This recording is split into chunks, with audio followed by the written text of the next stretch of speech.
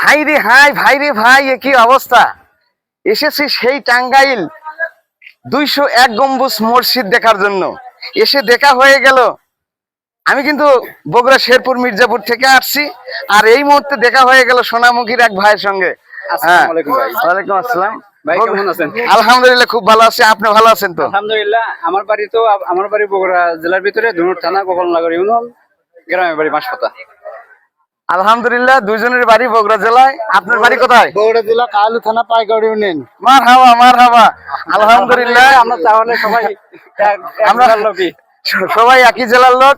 আল্লাহ পাক আমাদেরকে নিয়তটা সহিভাবে কবুল করেছে বিধায় আজকে আমরা এই টাঙ্গাইলে মসজিদে এসেছি। এটা এই এলাকার নাম জান কি বলে? টাঙ্গাইল গোপালপুর পাথালিয়া গ্রাম।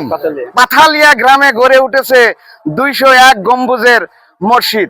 এই মসজিদটি নির্মাণ করতে প্রায় 100 কোটি টাকার উপরে ব্যয় হয়েছে এবং 50 মণ পিতল ব্যবহার হয়েছে এই গম্বুজগুলিতে।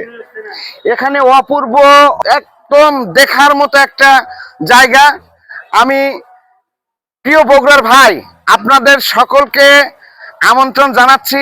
অবশ্যই আপনারা এই টাঙ্গাইলে গোপালপুর পাথালিয়া গ্রামে গড়ে উঠেছে অপূর্ব দেখার মতো সৌন্দর্য একটি 201 গম্বুজের মসজিদ দেখার জন্য এবং এই মসজিদে এসে অন্তত পক্ষে 2 ওয়াক্ত নামাজ আদায় করার জন্য আপনাদেরকে আমন্ত্রণ জানালাম।